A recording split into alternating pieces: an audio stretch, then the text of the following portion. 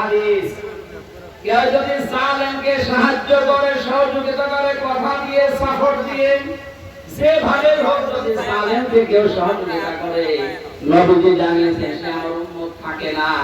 ও বাংলার মুসলমানেরা নবীর উম্মতের বাইরে যারা তারা কি আরো জোরে নাম ধরা লাগবে। আর সুতরাং জুলুমের সাথে যারা জড়িত ছিলেন বাংলাদেশ জামাত ইসলামীর শ্রদ্ধাভাজন আমির ডাক্তার শফিকুর রহমান ঘোষণা দিয়েছেন আমরা সাধারণভাবে আমাদের কোনো অভিযোগ নেই, আমাদের রাজনৈতিক দল হিসাবে যত জুলুমের শিকার মাফ করে দিলাম, কিন্তু ব্যক্তিগতভাবে যদি কেউ জুলুমের শিকার হয়ে থাকে আরো যদি প্রতিশোধ নিতে চায় ওই পরিমাণ আমাদের পক্ষ থেকে বাধা নেই। সেই হিসাবে আমি কে তো ভিকটিম আমরা মাটির নিচে লেগেছিল আয়না ঘর শুধু আপনি নাম শুনেছেন আর আমি ছিলাম ওখানে 3টা বছর আমাকে ফাঁসির কন্ডেন্স সেলের ভেতরে তালাবদ্ধ করে 24 ঘন্টা আটক রাখতো সিসি ক্যামেরা দিয়ে। কেউ যেন আমার সাথে কথাও না বলে দেখাও না করে, এমনকি কারারক্ষী দু একটা একটু ভালো ছিল, সবাই তার এখন না। দু একজন এসে যদি একটু সালাম দিত ওই যে উপর থেকে ক্যামেরা লাগানো ও চাকরি পর্যন্ত চলে যাবে এইরকম সিস্টেম করেছিল। এত কড়া করে আপনি কেন করলেন? এই জুলুমের সাথে যারা নিযুক্ত ছিল চট্ট গঠন সেই কয়টা যেহেতু পরশুদিন আমার মামলা পুরাটা আদালত খারিজ করে দিয়েছে, কোনো দোষ আমার পাইনি, তাহলে বোঝা যাচ্ছে বিষয়ে আমি কিছু জানি না, আমি পুরা নিরপরাধ। কথা বলে না কেন? নিরপরাধ মানুষকে যারা বেকার 3টা বছর শাস্তি দিল তাদের বিরুদ্ধে এখন এরকম 3 বছরের শাস্তি আমিও চাই।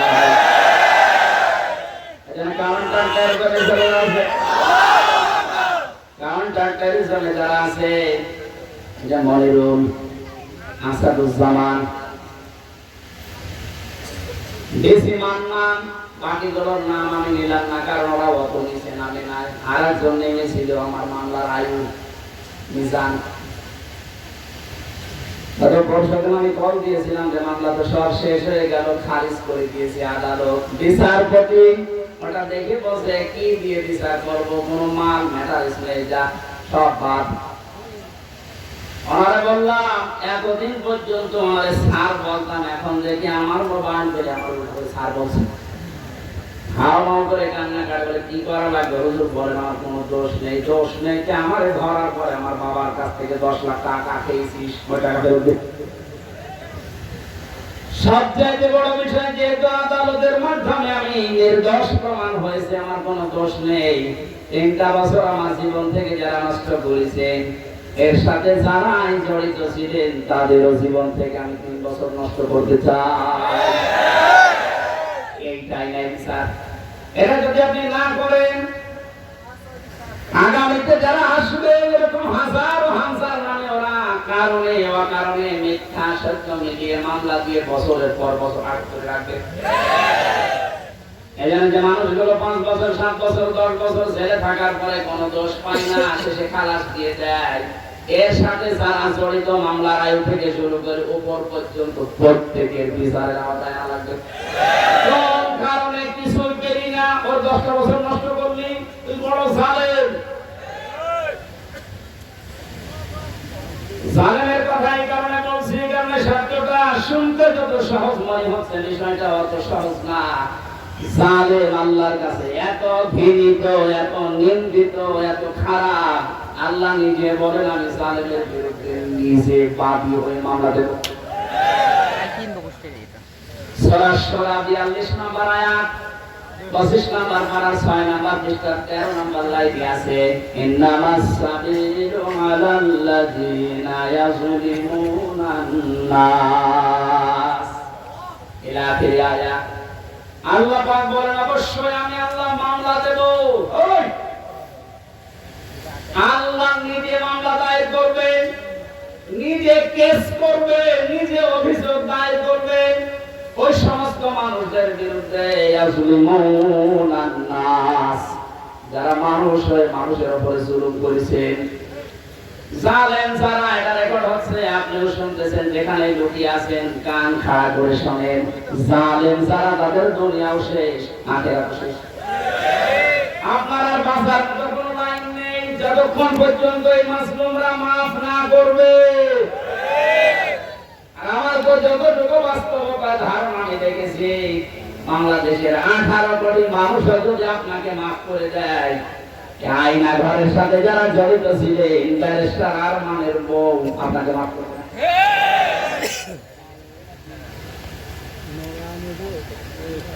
কি অসহায় মনে হতো থেকে মাটির নিচে একদিকে, পেছনে হাত বাঁধা, কালো কাপড় দিয়ে চোখ বাঁধা, ডান্ডা বেড়ে দেওয়া পায়ে, মাথায় দড়ি দিয়ে 11 ঘন্টা টাঙিয়ে রেখেছে। তারপর যেটা অপরাধ করতাম মেনে নিতে পারতাম, কিচ্ছু জানি না ওই বিষয়ে। কোন পাগল কোন ছাগল নাকি সে সিরাজগঞ্জ থেকে গেছে সংসার ভাঙবে একটা কাঁচি নিয়ে, তার পুলিশে ধরেছে, এখানে কি সংসদ থেকে ফেলবো, কাঁচি দিয়ে সংসার ভাঙা যায়? বোম মারলে ওড়ে না, তুমি কাঁচি নিয়ে এসেছো। ওনাকে বলেছে যে আমি হুজুরের ওয়াজ শুনে উদ্বুদ্ধ হয়ে সংসার ভাঙতে এসেছি। কোন হুজুর? আমি রামদা, ধরে নিয়ে আয়।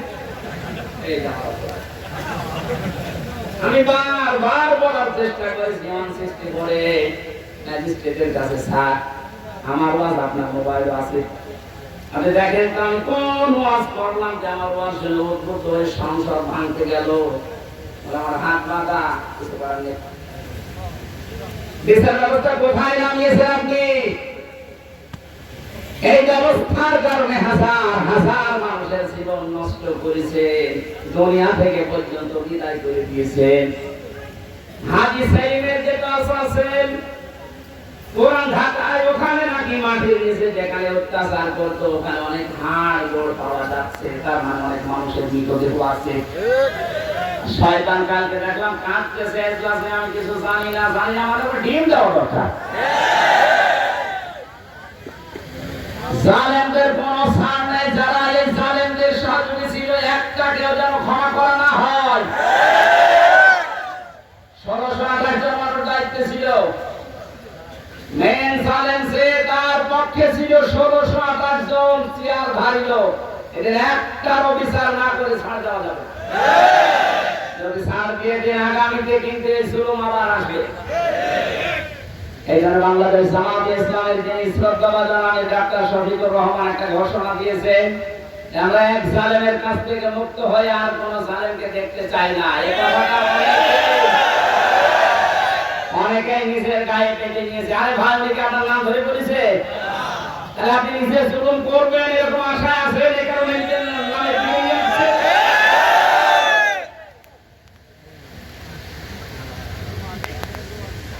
জীবিত ওলি দেখেননি জীবনে, মরা ওলি দেখেছে।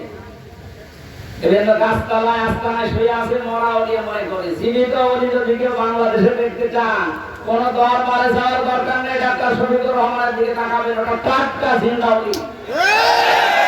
আমি নিজে সাক্ষী দিচ্ছি, তার যে ইবাদতের মাত্রা, তার যে ইখলাস, দ্বীনের জন্য যে কুরবানি এবং আল্লাহর প্রতি তার যে তাওয়াক্কুল কোন পর্যায়ে, আমার মাথা ধরবে না। আমি 4 দিন তার সাথে ছিলাম, দেখেছি আল্লাহ মানুষকে এরকম ধৈর্য দেয়। তার ছেলেটা ওই সময় জেলখানায়, তার বউ অসুস্থ, তার দলের লোক হাজার হাজার লক্ষ লক্ষ পালিয়ে বেড়াচ্ছে, অধিকাংশ জেলখানায়। সব কিছু তাদের শেষ 15 বছরে, অথচ লোকটার ভেতরে কোনো টেনশন, কোনো চিন্তা, কোনো চাপ নেই। এত কষ্ট করে জেলখানায় থেকে হাজিরা দিয়ে যখন আদালত থেকে আসতো, বলতাম স্যার ঘুমিয়ে রে, 12-13 ঘন্টা 15 ঘন্টা পর্যন্ত এত কষ্ট করে এসে কিছুক্ষণ তেলাওয়াত, কিছুক্ষণ জিকির, কিছুক্ষণ দরুদ শরীফ পড়ে কয়েক ঘন্টা ঘুমিয়ে, এরপরে দেখতাম তাহাজ্জুদের নামাজে যতটুকু পারে পড়ে, এরপরে উনি যে সেজদায় পড়ে যেত 30 মিনিট, 40 মিনিট, 50 মিনিট, 1 ঘন্টা, 1.5 ঘন্টা একটা সেজদায় কাঁদতে কাঁদতে মুরব্বি মানুষ, চোখের ভুরু পর্যন্ত পাকা, দাড়ি পাকা, ভিজে ভিজে পান করছে সেজদায়। আপনি ওলি দেখতে চান, অধিকাংশ ফজরের নামাজ পড়ে না, আর এই লোকটা তাওয়াক্কুল আর কষ্ট স্বীকার দেখেছেন কোন পর্যায়ে? একদিন বলেছিলাম যে স্যার এখানে দুষ্ট কিছু মানুষ আছে, তারা মোবাইল নিয়ে এসে তাই চুরি করি। রেকর্ড হচ্ছে তো এখানে গোপন কথা বলা যাচ্ছে বলেন। এতরে আবার ঝামেলা বেড়ে যাবে। সমস্যা নেই বলেন না, ওখানে সব ধরনের সিস্টেম করে মানুষ কি করবে, এখন অসহায় তারা। বললাম যে আপনারা আমি ওইভাবে একটা ছোট মোবাইল নিয়ে এসে একটু বাড়িতে খোঁজ নেন।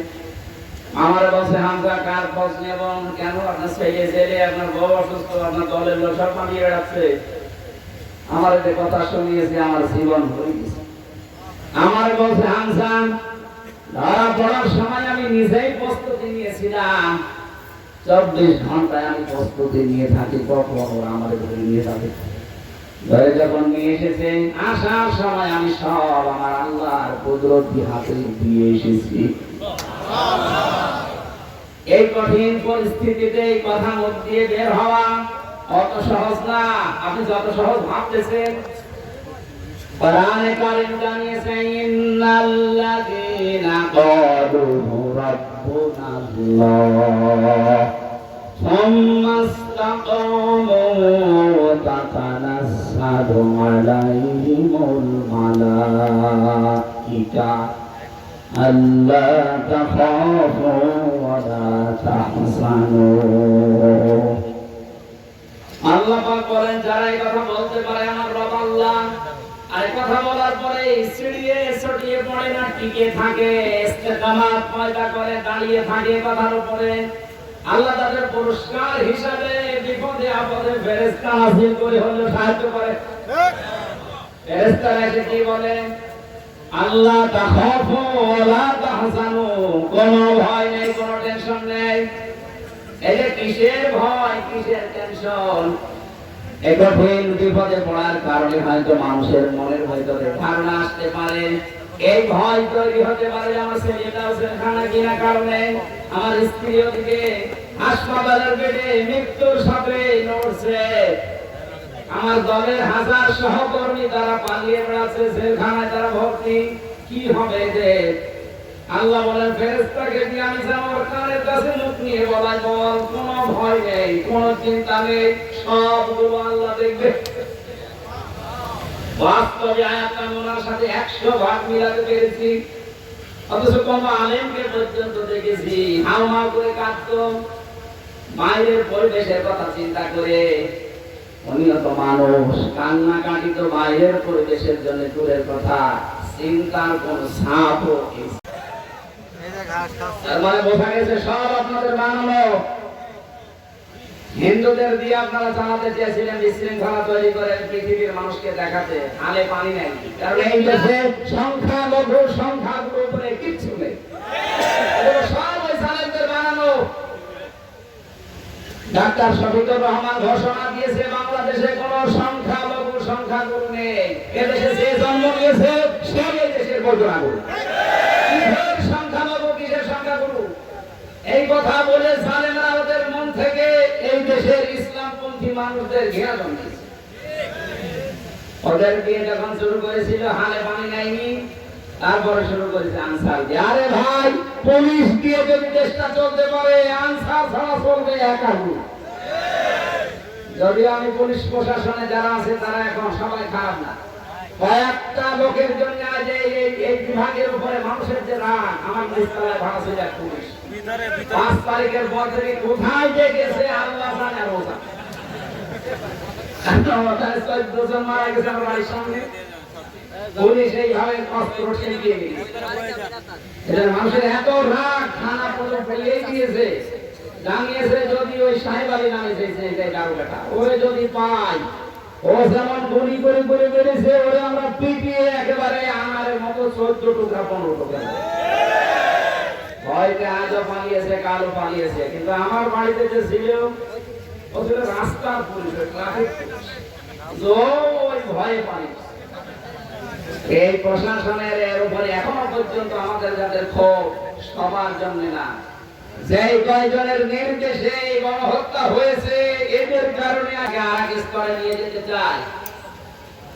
বাচ্চারা যখন জন্ম দেয় দেখবেন ছোটবেলায় এই জন্মগ্রহণ করা বাচ্চাগুলো মানুষ ডাক্তারের কাছে নিয়ে যায়, ডাক্তার প্রথমে ওজন দেয়, মনে করেন 1 বছর বয়স ওজন হয়েছে 3 কেজি, কত 3 কেজি বা 5 কেজি 1 বছরে ওজন।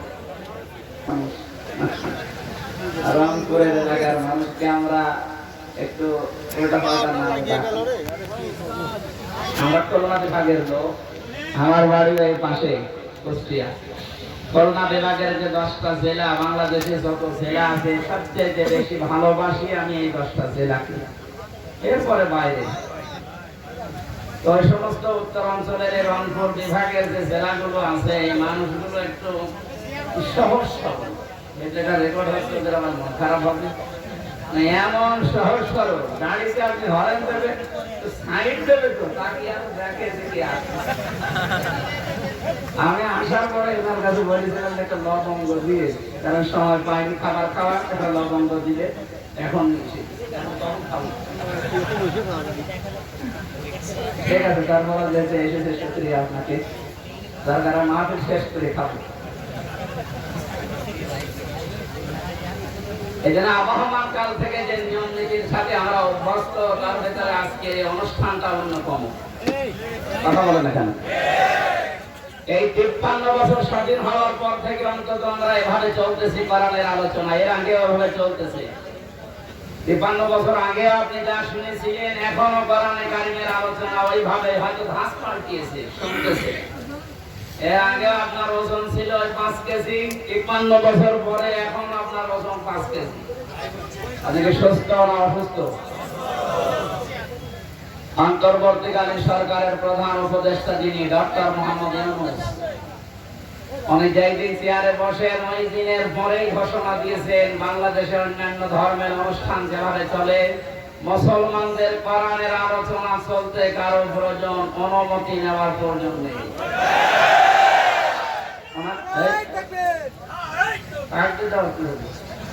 কথা বলবেন, ওনার অনেক মতের সাথে আমার মতের মিল নেই, কিন্তু এই বিষয়টা এত ভালো লেগেছে, দোয়া করছি আল্লাহ এই কথাটার কারণে তার জীবনটা তুমি পরিচ্ছন্ন করে দাও। স্বাধীন এবং পরাধীন শুধু নাম শুনতাম, বাস্তবে 15-16 বছরে আমরা যে অবস্থার সম্মুখীন হয়েছিলাম, স্বাধীন জাতি দাবি করতাম চেতনা নিয়ে, অথচ আমরা ছিলাম পুরা পরাধীন। আপনাদের বানানো সংবিধান অনুযায়ী হলেও তো আমার বাড়ি কুষ্টিয়া, এখানে এসে কোরআনের দাওয়াত দেওয়া, সংবিধান অনুযায়ী কথা বলার অধিকার ছিল না? যারা দিল না ওরা কি শুধু আমারে বাধা দিয়েছে না কোরআনকে? ডাইরেক্ট কোরআনে বাধা দেয়, আল্লাহ কি করেন তার বাস্তব প্রমাণ 5 তারিখ থেকে আজকের 4 তারিখ পর্যন্ত। পিছিয়ে যান ভাই। কোথায় সে কাওয়া কাকু, কোথায় গরম গরম কথা। এই জেলায় সারা এরকম উল্টা পাল্টা ক্ষমতা গরম দেখিয়ে কোরআনের আলোচনা গুলো বন্ধ করে দিতে নির্দ্বিধায় ফতোয়া দেওয়া যায়, আপনি কাফের।